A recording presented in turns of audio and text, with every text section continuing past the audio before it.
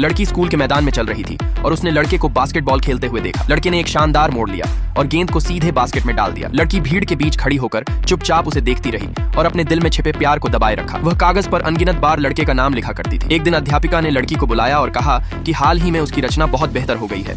खासकर बिल्ली के बच्चे के साथ बातचीत वाले हिस्से बहुत भावुक और छू लेने वाले थे। ये सुनकर लड़की बहुत खुश हुई। अध्यापिका ने यह भी बताया कि उसकी रचना को एक उत्कृष्ट नमूना निबंध के रूप में चुना गया है और पूरे स्कूल में सार्वजनिक रूप से प्रदर्शित किया जाएगा। साथ ही उसे आगे भी मेहनत करते रहने को कहा। अध्यापिका के जाने के बाद लड़की के मन में तुरंत ख्याल आया, क्या वह लड़का भी इसे देखेगा? कुछ समय बाद लड़का कक्षा में बैठा स्कूल द्वारा लगाए गए नमूना निबंध की नकल कर रहा था। जब उसने उस पर लिखा नाम देखा तो उसके मन में आया, क्या वाकई किसी और कक्षा में कोई और लड़की है जो इतना अच्छा लिखती है और जिसकी लिखावट भी इतनी सुंदर है? वह कैसी होगी? स्कूल के बाद लड़की कक्षा में ड्यूटी पर थी। उसने अपने सहपाठियों को लड़के के बारे में बात करते सुना। वे कह रहे थे कि इस परीक्षा में लड़का विषय से भटक गया था। उसके शिक्षक बहुत नाराज थे। हालांकि वह प्रथम आया था, फिर भी उसे अपनी ही रचना 10 बार लिखने की सजा मिली। ये सुनकर लड़की के दिल में एक अजीब सी खुशी हुई। बाद में घर लौटते समय वह कक्षा के गलियारे से गुजर रही थी। तभी उसने लड़के को वहां बैठकर चुपचाप गेम खेलते हुए देखा। लड़की को बहुत हैरानी हुई, इतना अच्छा छात्र होकर भी वह छिपकर गेम कैसे खेल सकता है? उसी समय लड़के की नजर किसी पर पड़ी। दोनों की नजरें मिली और वे थोड़े शर्मिंदा हो गए। तभी उन्होंने शिक्षक की आवाज सुनी, स्कूल के बाद अभी तक घर क्यों नहीं गए? लड़का तुरंत खड़ा हुआ, लड़की का हाथ पकड़ा और उसे कक्षा के अंदर छिपा लिया। दोनों खिड़की से बाहर झांकते रहे। जब उन्होंने देखा कि शिक्षक चले गए हैं तो दोनों ने राहत की सांस ली। लड़की के शर्माए हुए चेहरे को देखकर लड़के ने पूछा, क्या हम पहले कभी मिले हैं? कहाँ? यह सवाल लड़के द्वारा कई बार दोहराया जाता है। क्या हम पहले कभी